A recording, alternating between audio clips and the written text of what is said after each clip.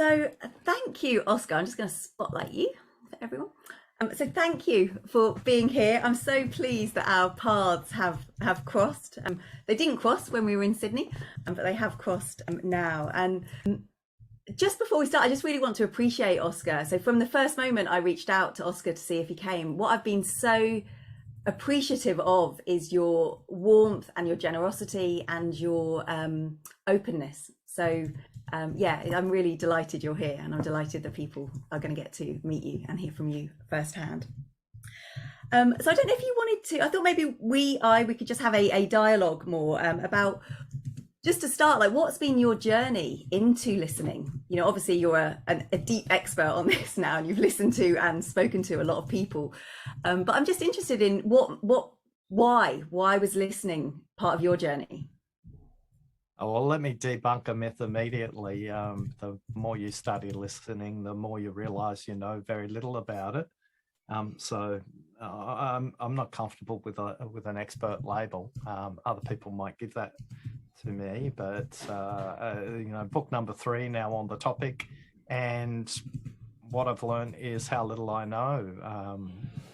I kind of bridge the world between practitioner and academic. I've got a very good supervisor in Israel who is Avi Kluger, and we often have conversations about what we don't know, what's unsaid, and things like that. But the journey started in 2008 when I was in a budget meeting in April, 18 people, Sydney, Seattle, and Singapore.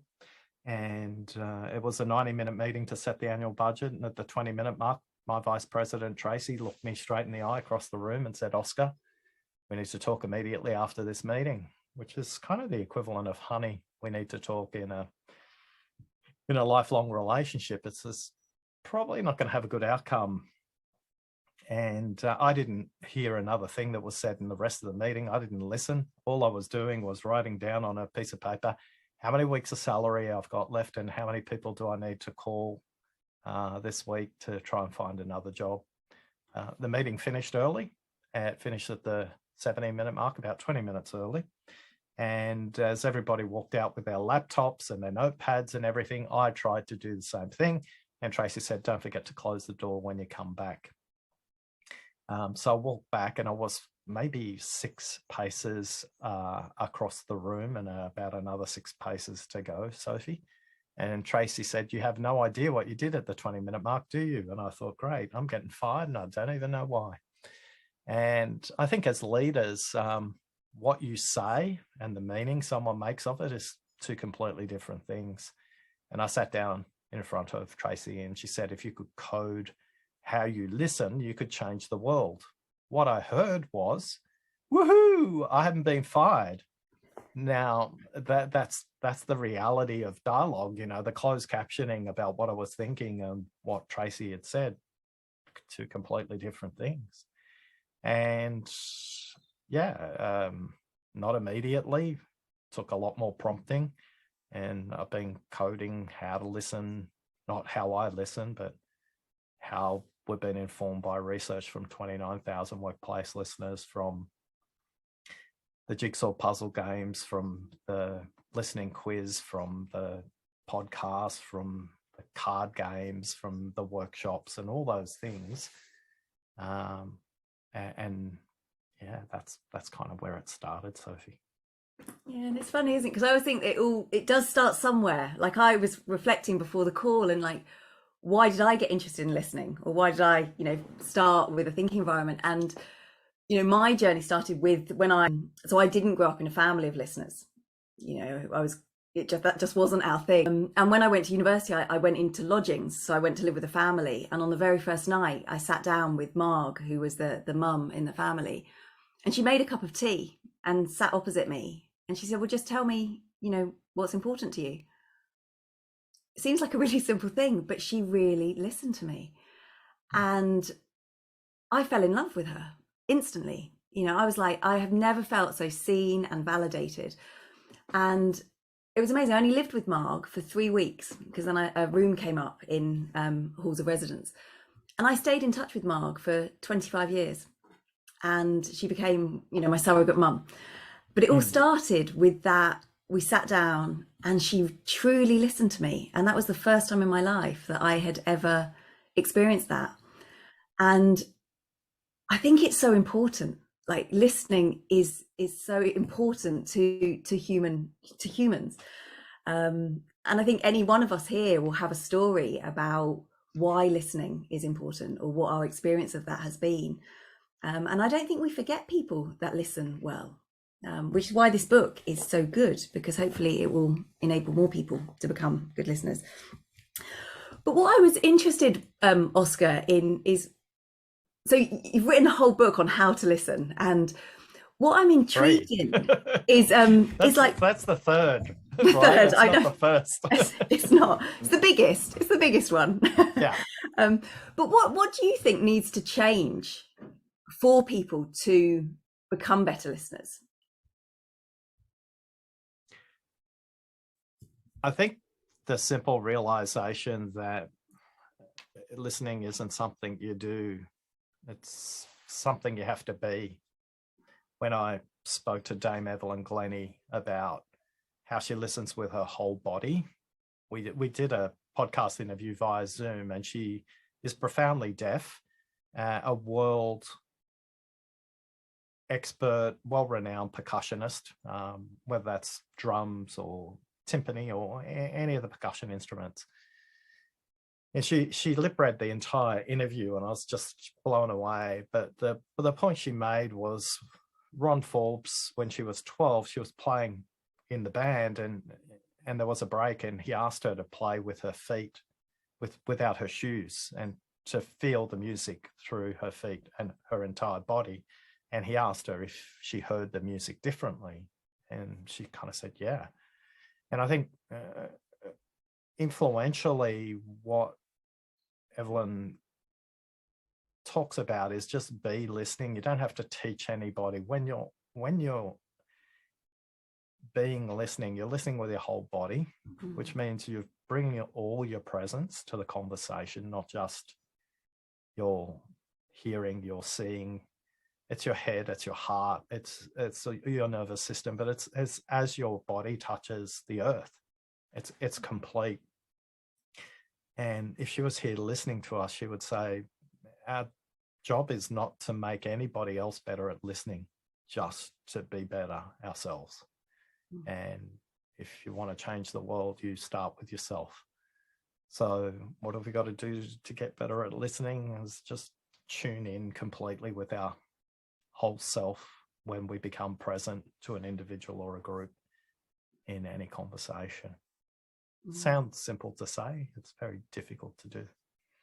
Yeah, simple is rarely easy, Oscar. And it brings to mind, so I've got 2 young children, and what children are so good at reflecting back at you is when you don't have that presence. So you can be with them, and I can be, listening. And even, and in your book, you make this distinction about like listening and hearing. And it's like, I can still be listening and hearing them, but my presence isn't there. And that's what they respond to.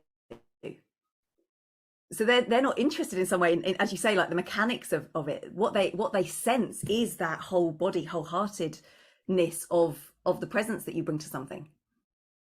Yeah, and it was explained to me in a completely different forum, is that communication is something that happens on frequencies, and frequencies have to be tuned in.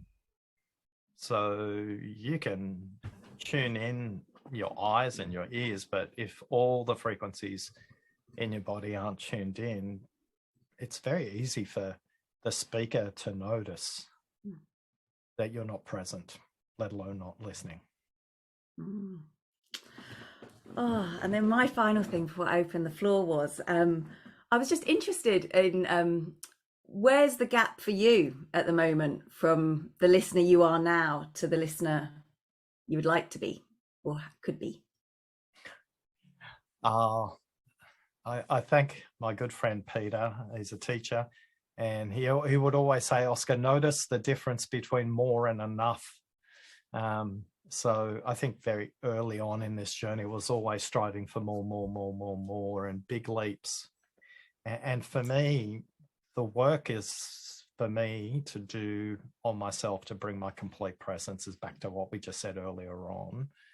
It's to make sure that I play music before I come into a space that's going to tune my senses to the frequency that's relevant to this meeting.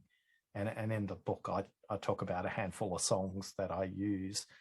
The work for me, ironically, is to work on my fitness and work on my exercise. And after a very long bout of flu, I'm excited. I got into the pool last week, and I always know when I exercise, I'm always better at anything I do. So my work is to work on this 50-something body and make sure that the body is as in tune as what I think my mind is.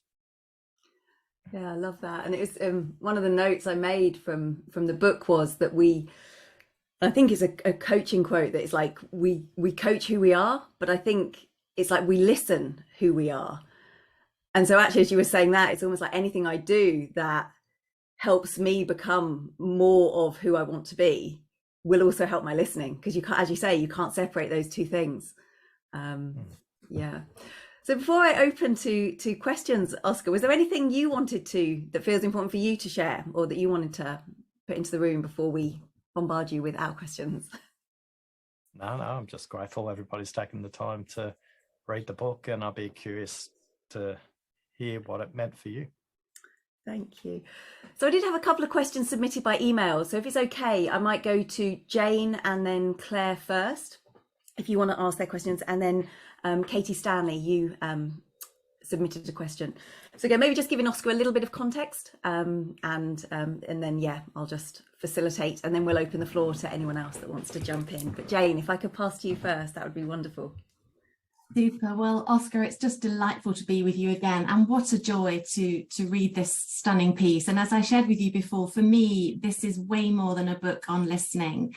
For me, it, of course, gives us such depth to listening and actually who we are as human beings, the way we connect with one another and our humanity.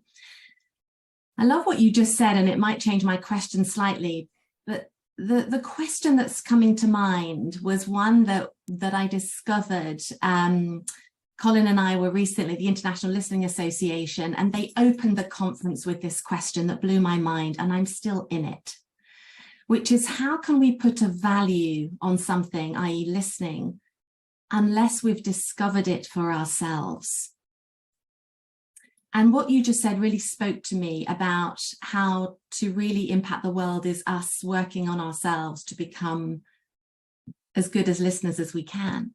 And I'm struck, though, with how we've been on this journey to discover what it means to listen well, to listen deeply, to listen with intention.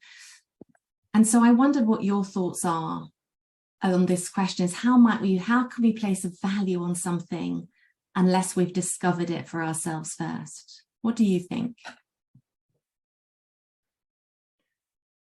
As I reflect on the question,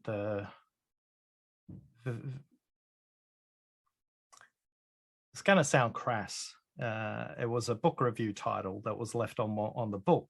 It says, listening is like comedy and sex. We all think we're better at it than we actually are.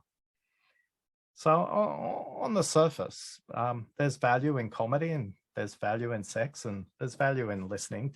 But the question that was posed was, can we know the value until we understand it ourselves? And I probably look at it slightly differently, is that it's value to who, and that value is not the same for me as it is for you. And quite often, I remember the story and the conversation I had with Carrie Ann, who was somebody I was working with, and she said to me, and this was pre-COVID, she said, put your hazmat suit on, Oscar. I'm going to vomit at you for the first part of our conversation. And I thought, that's an interesting way to start the conversation. And we kind of started at 5 after 11. I can still remember the clock behind her. And at 32 or 33 minutes passed. I'm still in silence and she's still vomiting. And she finally finished. And I simply said, "Is there anything else?"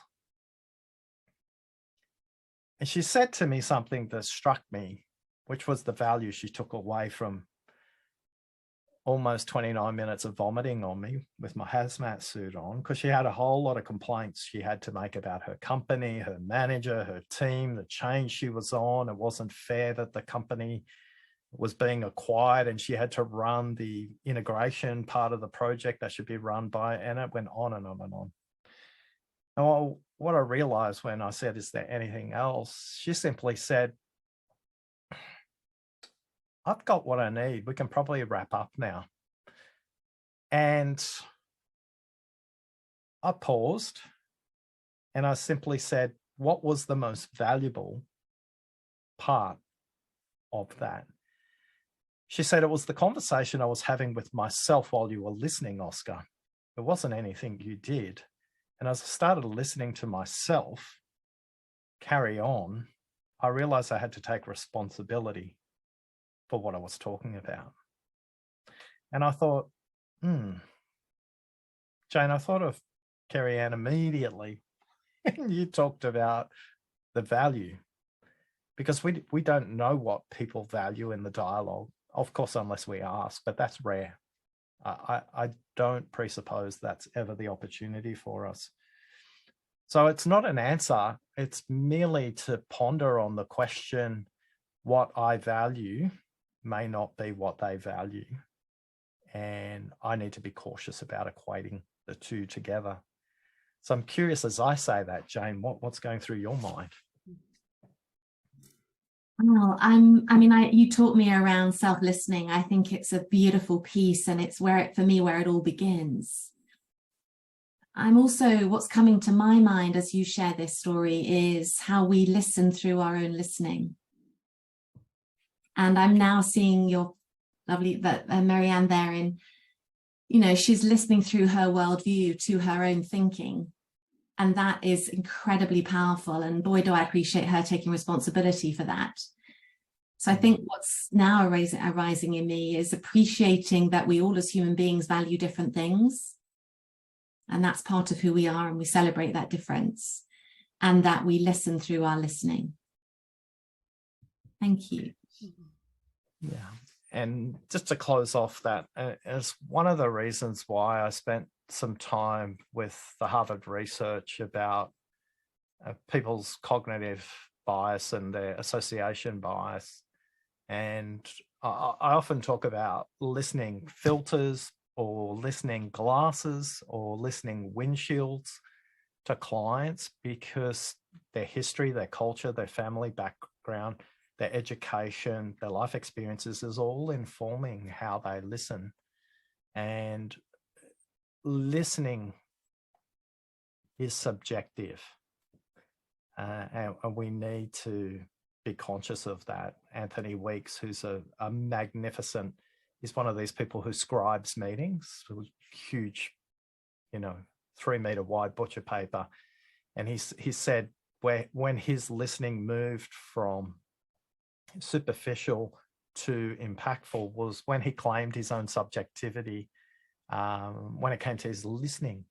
And it just meant declaring his subjectivity. It wasn't a judgment on him. It's like, to be human is to be subjective. So yeah, there's another 3 books in what we've just talked about for the last 5 minutes. Thank you both. Thank you, Jane. I've got loads I would love to talk about, but I will not hog the floor. Thank you for your question and for your response, Oscar. Claire, I wonder if I could invite you to ask. Sure, thank you. Oscar, it's really good to meet you, and thank you for the book. I think that I have so valued the fresh insight and getting into the craft afresh, and the numbers. I love the numbers from your research. So I'm a thinking environment practitioner, and I couldn't resist the opportunity to ask you what you make and what you most value about Nancy Kline's work on listening. For me, it's always to know that it is two humans that are thinking partners together, that we are equals.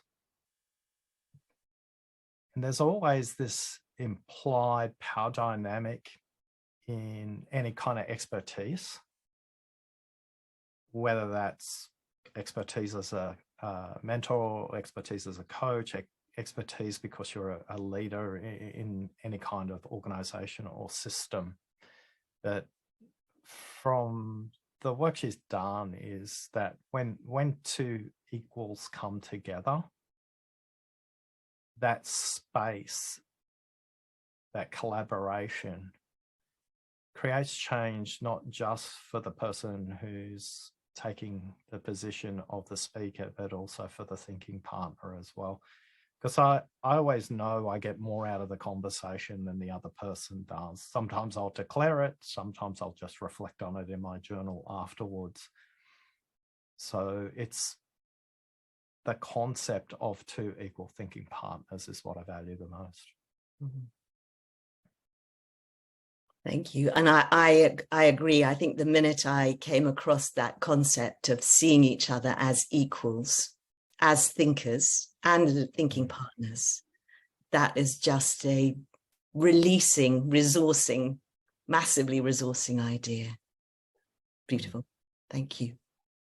And it reminds me, Claire, of it's one of those really simple concepts and actually really difficult to live as true, isn't it? As so much in the thinking environment is.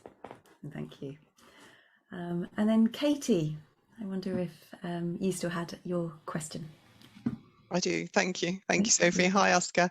Hi. So my question, I suppose, just a bit of context. So I'm a business psychologist and a coach. I loved all the evidence-based stuff in the book. I thought it was fantastic. I love when things are based in evidence because of my training and my background. What I was specifically interested in and thinking about is about the balance between listening without speaking and asking questions and reflecting back. And in the coaching world, and when you do coach training and you do all those kind of things, there's a lot of emphasis on coaching techniques and the questions you can ask and the things you can do and all of those things, which I think are often really helpful.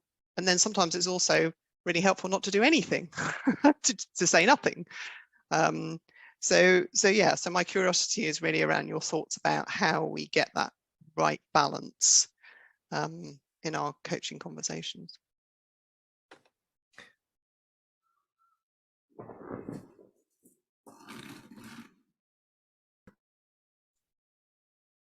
I'm curious about the implication that there is a right balance. So I'll look at it slightly differently. For me, it's not the right balance for me, it's the right balance for them. And what it means for me is if you listen to the conversations I have, you'd probably be shocked at how many more process questions I ask than content questions. Mm. And for me, yes, there'll be the obligatory directional outcome question, what do you want to achieve today, or whatever version of that exists. But equally, I ask, how would you like to use our available time? I equally ask, how would you like to prioritize whatever they've said as a, they might talk about, I want to talk about 3 things today, A, B, and C. And I go, great, how would you like to prioritize them? How would you like to align time? But consistently, I'm checking back in the process going, hey, at the beginning of the conversation, you said this, we're about a quarter of the way through, about halfway through. How are you going? And that's not about their progress. It's just, it's the dialogue, like a tight pair of jeans or a loose pair of jeans. How is it? So for me, the balance, right, is their balance, not necessarily my balance, if that distinction makes any sense at all. So I do want to check in first. Does the distinction make sense? Yeah, and I suppose perhaps right is the wrong word to use in in the question. I don't know whether I framed it in the right way. So that word again, I should stop using it now. In my head. Yeah. Oh wow, all of a sudden we feel like we're in a supervision session.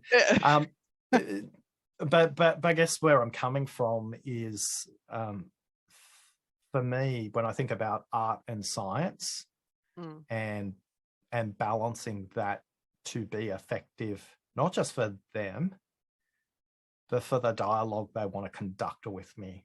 And I probably spend much more time worrying about the dialogue than I worry about them, because they're in their stuff. And I want to see what they said in the process part of their replies. I'm calibrating the dialogue based on how they want it to dialogue. Not necessarily are they making progress against what they want to do, because often in a really good thinking environment, the best part is being stuck and helping them notice that stuck is actually a good place to be. And I'm very deliberate, and you heard me asking it with Kerry-Ann early along. We were 29 minutes into a 90-minute conversation, and it's like, we're done. So I'm deliberate in asking, okay, great, what was valuable in that for you? And it had nothing to do with me, right? How unbelievably humbling is that? I thought I was a rock star, and she said, oh look, I just had time to have a conversation with myself, and you just happen to be there. So I think ask them is how I'd summarize 5 minutes of what I've just said. Yeah, because it's going to be different for different everybody. for every person. Yeah, no, I can see what you're saying. Yeah. What do you think, Katie? Helpful? Yeah, I'm processing. So I'm just kind of thinking it through. Yes, no, it is helpful, and I do understand what you're saying about it's going to be different for every person.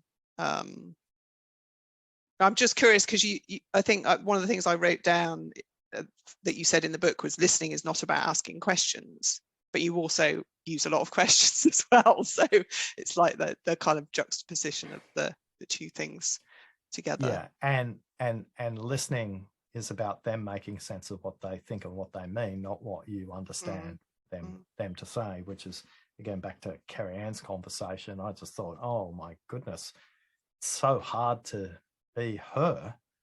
And there's just hold the space in that moment. And I think I got interviewed by Warren Berger, who's written a book. He's just about to write his third book on, his second book was called The Book of Beautiful Questions. He's a New York Times journalist, and he read this book, and he said, do questions have value? You know, do certain questions yield higher value than other kinds of questions? And he kind of came at me. It's like, Simon Sinek says, why? I'll always ask why first. And I said, yes. And when you understand Simon's TED Talk and his background in advertising agency, if you're a brand or a company, that question is a really high yield question and makes a lot of sense. Unfortunately, what people do is they bring that into human one-on-one or group discussions, and they ask why, and the person being asked perceives it as judgmental. And then we unpicked it with Warren. And I think if I was to think about the unwritten next book, is how do we ask questions that in sequence have value to the person you're asking, rather than them just being ammunition being loaded up into a gun. So you ask the next one and the next one and the next one. So questions that are exclusively about you or them and not about the progress of the conversation, I think that's where you have lower yield questions in there as well. Yeah, I think that's really interesting, and it's definitely, as you say, the question I don't think there's kind of a right question or a kind of, some people have their top 10 questions that they, like to use when they're coaching or if they're in a meeting or whatever. And I don't think it's as straightforward as that. So I think that sounds like a great book. and I think even to the same person a week, a fortnight, a month later, the identical question, because in the book I say listening's relational, situational, and contextual. I think there's a three-dimensional chess game you're playing every time, and if you're not conscious of all three of those elements for you, for them, and for the dialogue, and then those three dimensions being played out like a Rubik's Cube, the identical question asked even at the beginning and the end of the conversation will have a very different response from them and a different value. Yeah. Thank you both. Thank you so much. Thank you. So I think we've still got a little bit of time. So if I could just open the floor and just invite, if anyone did have a question, if they just want to raise their hand. So John, I'll come to you first. And then again, if anyone else does have a question, you just want to put your hand up and then I can sequence it. So John, if you wanted to unmute and I will spotlight you. Thank you. Hey, Oscar. Thank you for your time. And quite interestingly, you might remember I posted that I was reading this on an aeroplane on my way to Costa Rica, and I got to the end of the first chapter, and it's like, this is not a book just to read. This requires practice. And I'm thinking, oh my goodness, the only place I'm going to be able to practice is my teenage boys. This is not a good place to start listening. But anyway, that's an aside. My question really relates to, so my backdrop is I'm a coach and my focus really is on helping people make better decisions. And I was really intrigued by this piece around, and I guess some of the irony of listening for difference and listening for similarity.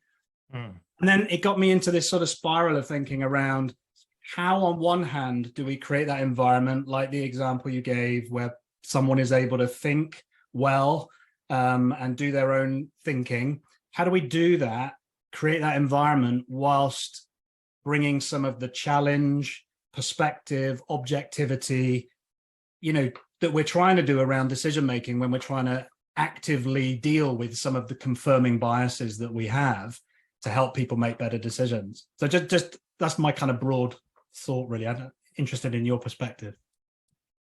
Well, there was a lot in there. If it was like a subject line in an email, how would you kind of summarize that?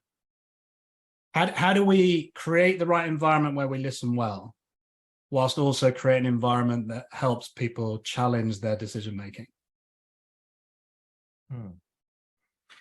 Just say a little bit more about the second part.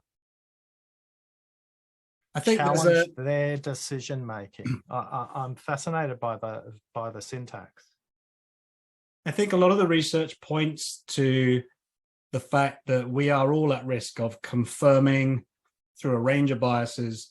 I guess we are all at risk of looking at things through a confirming bias lens and not always taking the full objectivity, perspective, and challenge that we need in making better decisions.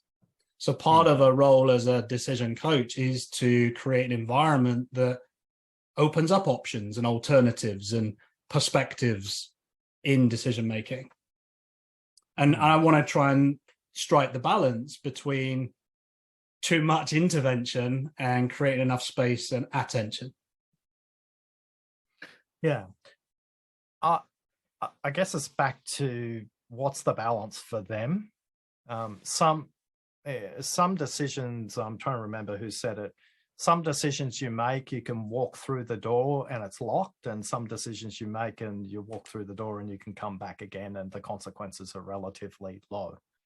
So for me, what I'm visualizing right now is a really simple 2x2 with high consequence on the vertical axis and timeliness on the y-axis.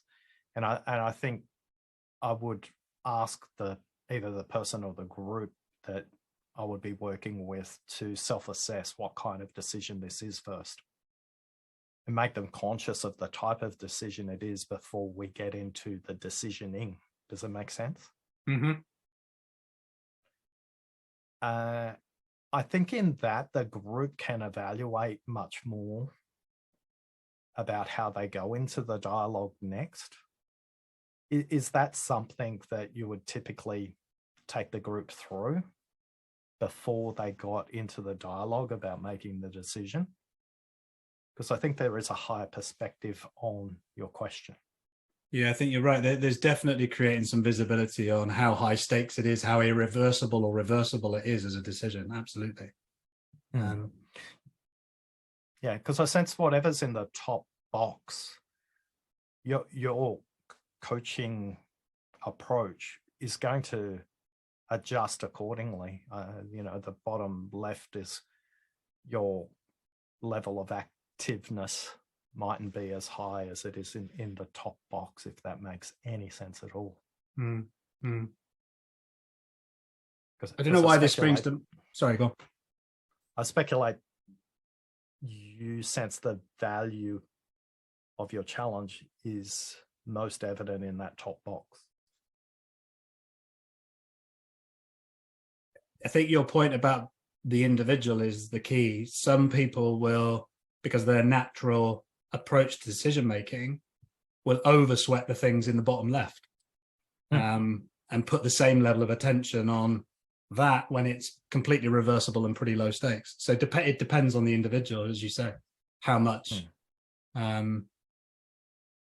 change may need to be taken in their thinking. Yeah, I remember working with a pharmaceutical production line. It was about 500 folks. They had about 93 or 96 in their people manager community, and they had an ongoing quality issue. And it seemed to emerge every 3 months, this quality issue. The batch would have to get destroyed because it wouldn't pass the quality assessment. It was a sterile environment. And you can imagine there's PhDs and masters in chemistry and all these kind of intergalactic, really smart people in the system. And the head of the manufacturing facility brought me in and just said, fix it. It's like, hey, Mark, I don't know anything about pharmaceuticals. I don't know anything. He goes, you just do your thing. It's like, oh, okay, do my thing.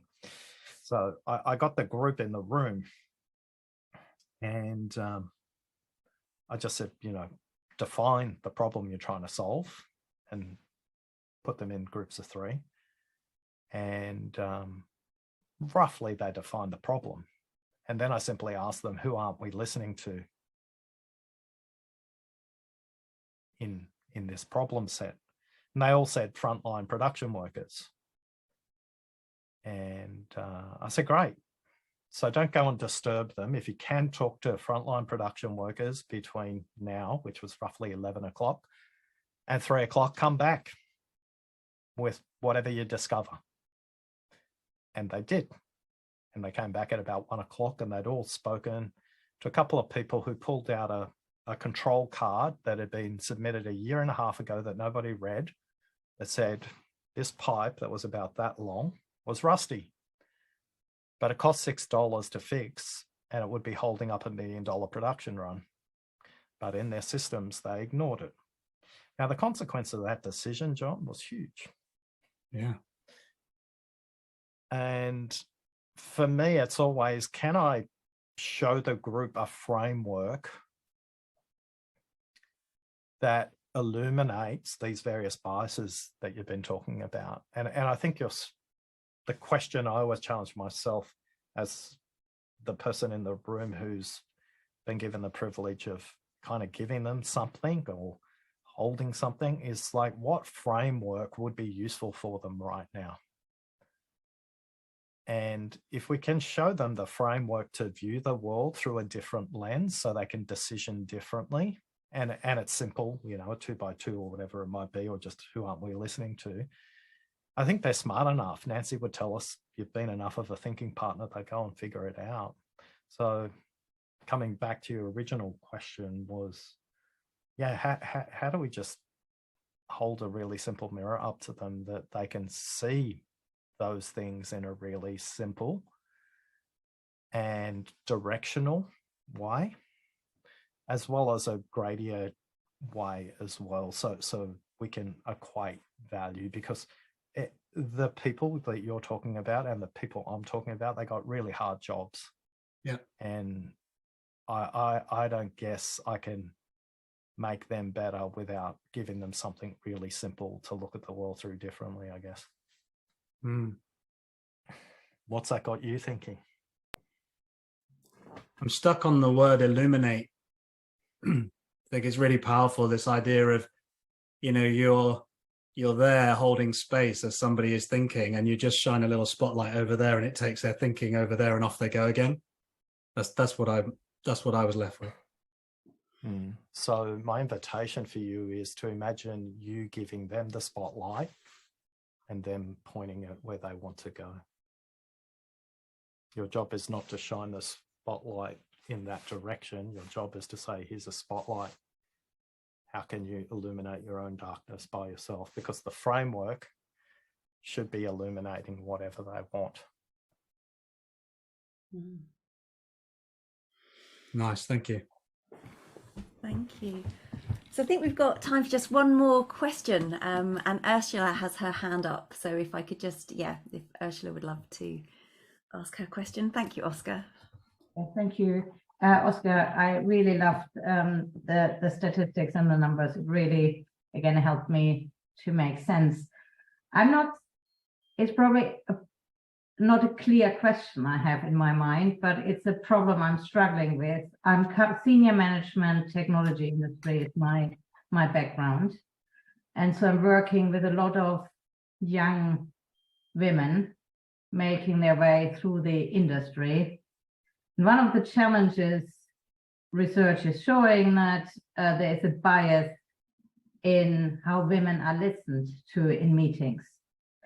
We speak up, we are either seen as the bitch, my apologies for the term, or we are, we are disrupted, and the male colleague is repeating exactly the same sentence and is heard, and we aren't.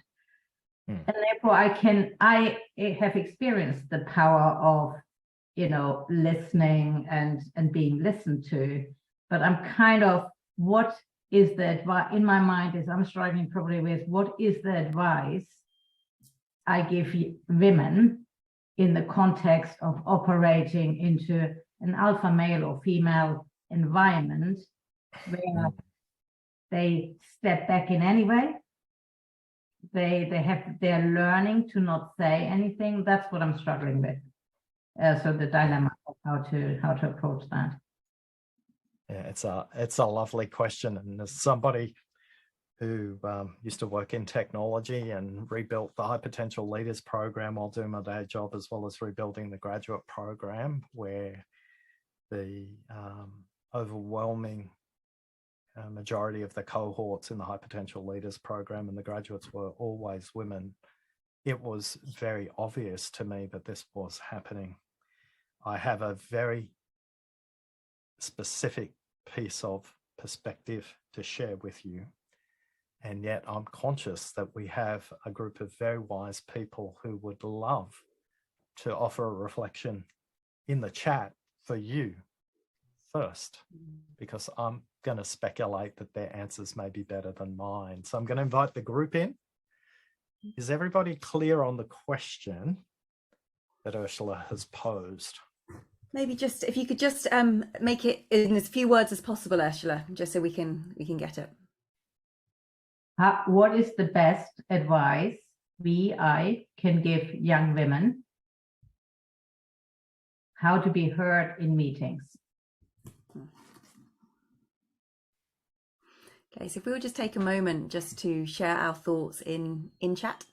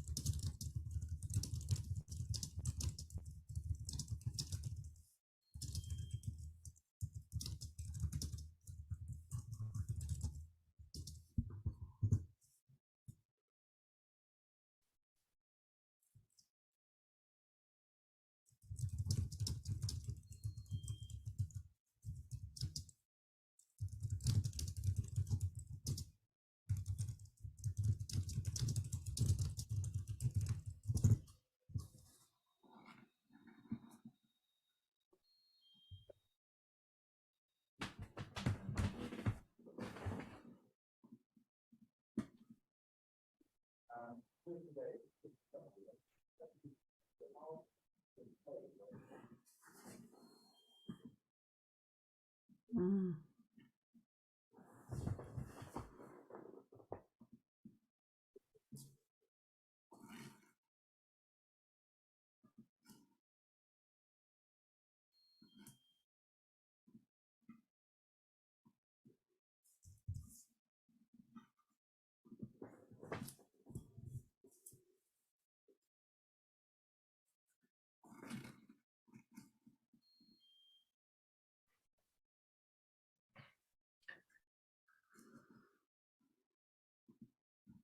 So, Ursula, I'm just going to check in with you how far down the list you've got so far.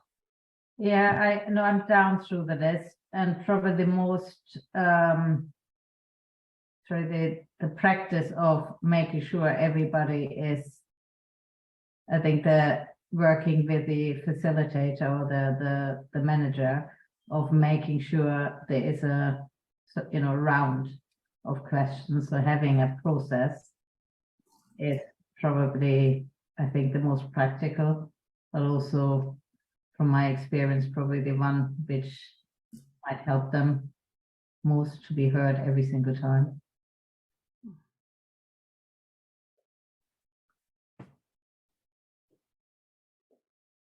So the question I would reflect on, if it was just you and me talking about this third issue, is the issue about what's being said or how it's being said.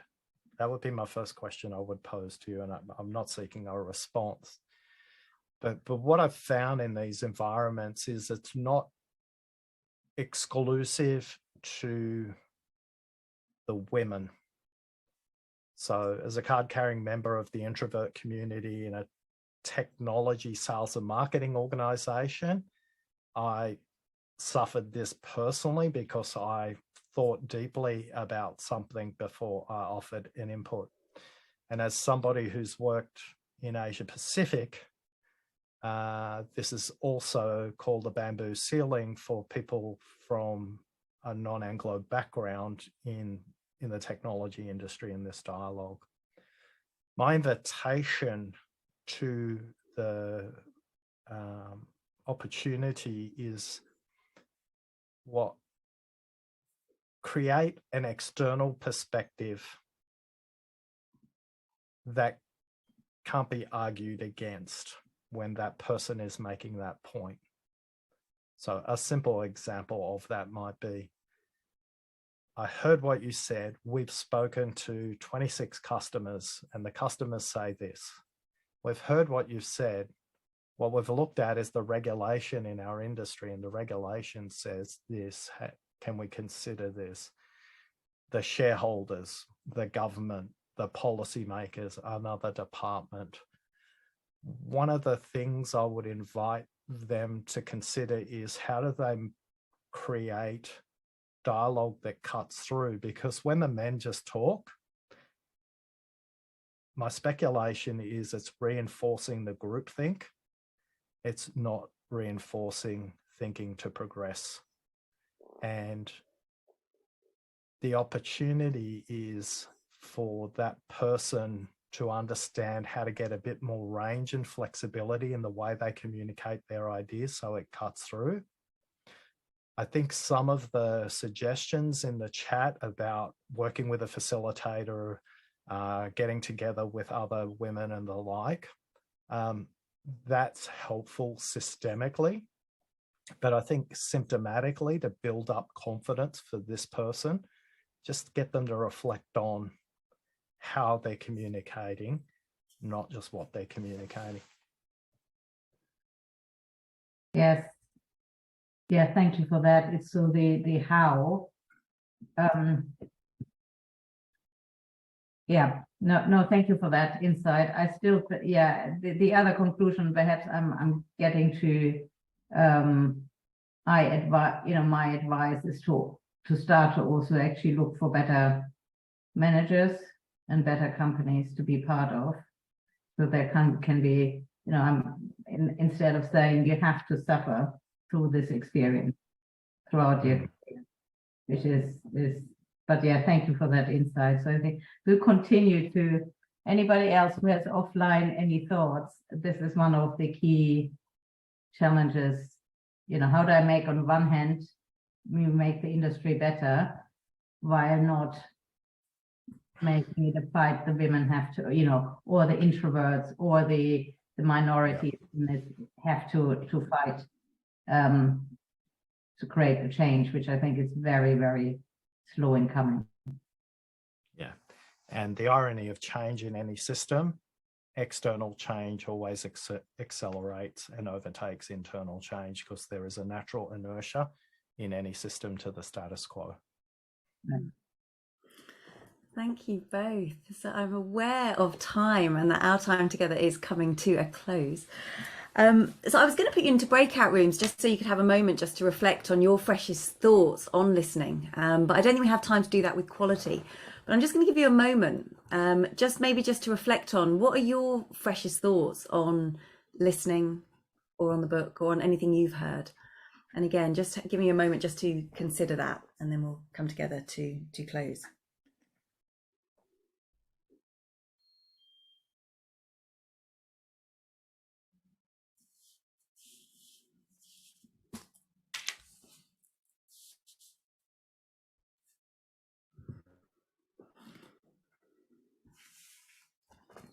And then just as you're doing that, maybe it'd be interesting just to reflect in the chat, what has been most useful for you today?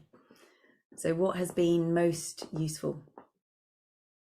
And we'll just take a moment to share that.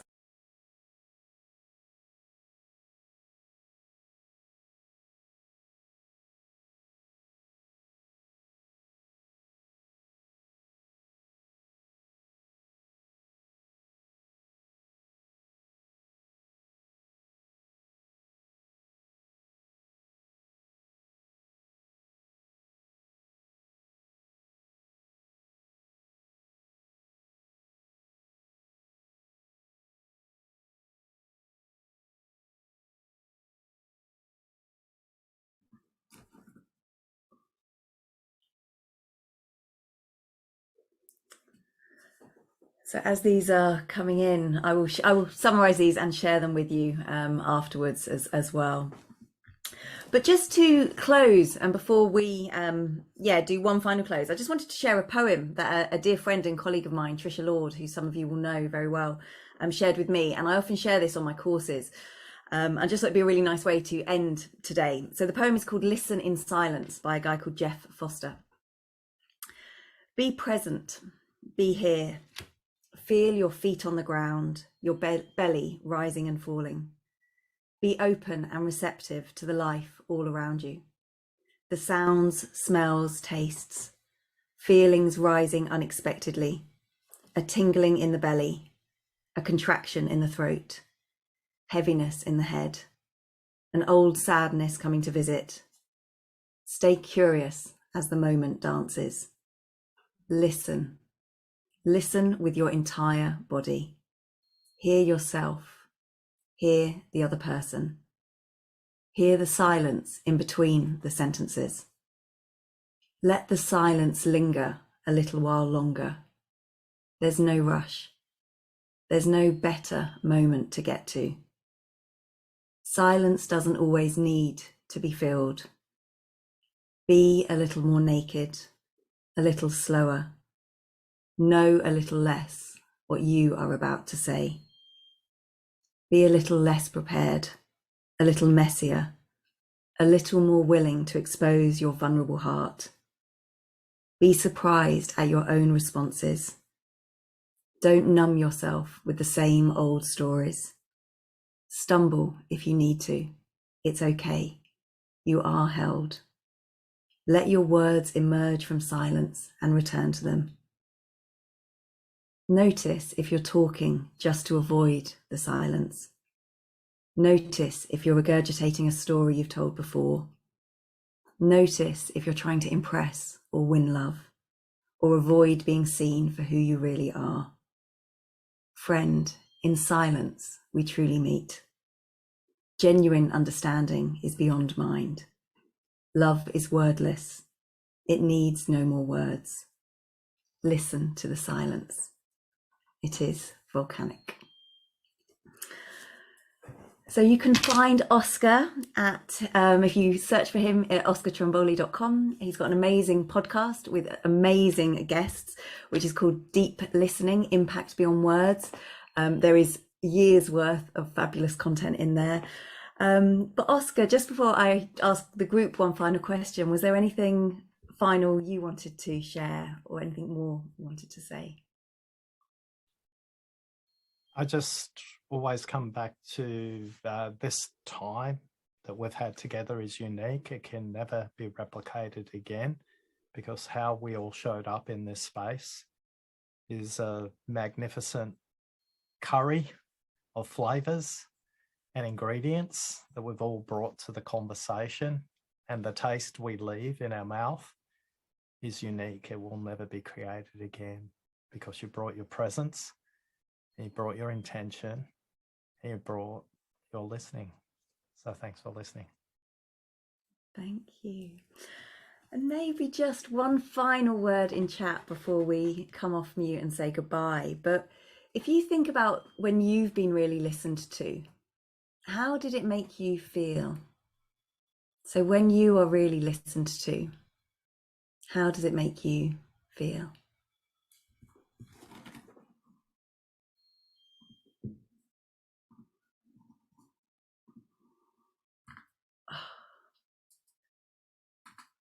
Whole, clarity, inspired, acknowledged, complete, safe, complete, understood, liberated, worthy, alive, seen, loved, myself, scared and empowered, vast, myself. And that, my friends, is the joy of the work we do, that we get to hopefully enable other people to feel these very same emotions. So to close, I'd love to invite you to come off mute and say goodbye in your language, in however you would say goodbye to a dear and close friend. And we'll give a wave and we will head off on our merry ways. But thank you all, especially Oscar, for being here. It's been a joy. So bye. Bye. Bye. Thank you. Bye. Bye. Bye. Bye. Bye, Sophie. Bye. Thank you. Bye. Thank you both. Thank you. Bye all.